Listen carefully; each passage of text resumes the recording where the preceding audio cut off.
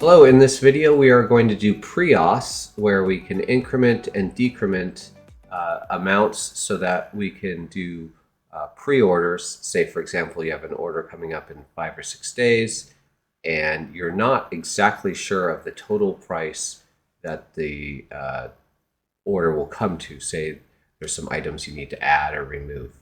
And so this will allow you to do an online order where you can change the total payment amount and have the customer put in their credit card at the beginning of the transaction so you confirm that you can receive the base price that you're looking for. So in this case, we're just going to use our test server where we can input test credit card information. And we've got a payment here we can input. We do have a prompt for saving the card number here. We're just going to ignore that. There, we're going to ignore that. And now we have the pre-authorization confirmed. So normally a customer would have been placing this order. There would be customer information. They would receive the email, and you could then proceed with the transaction. We're just keeping this quite simple.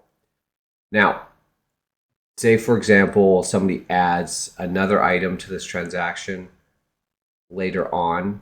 And so now we have $4 in total instead of the original $2.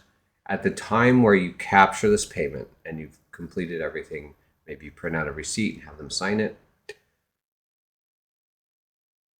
Under payments, we have our pre-authorization or all of our payments here.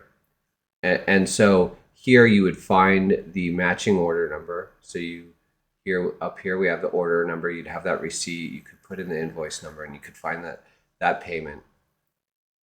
And right now we see the amount that was that original authorized amount, and then we have the total amount. You would simply press capture.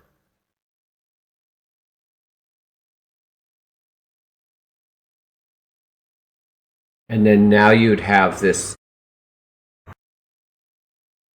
this capture here as the payment instead of the pre-authorization.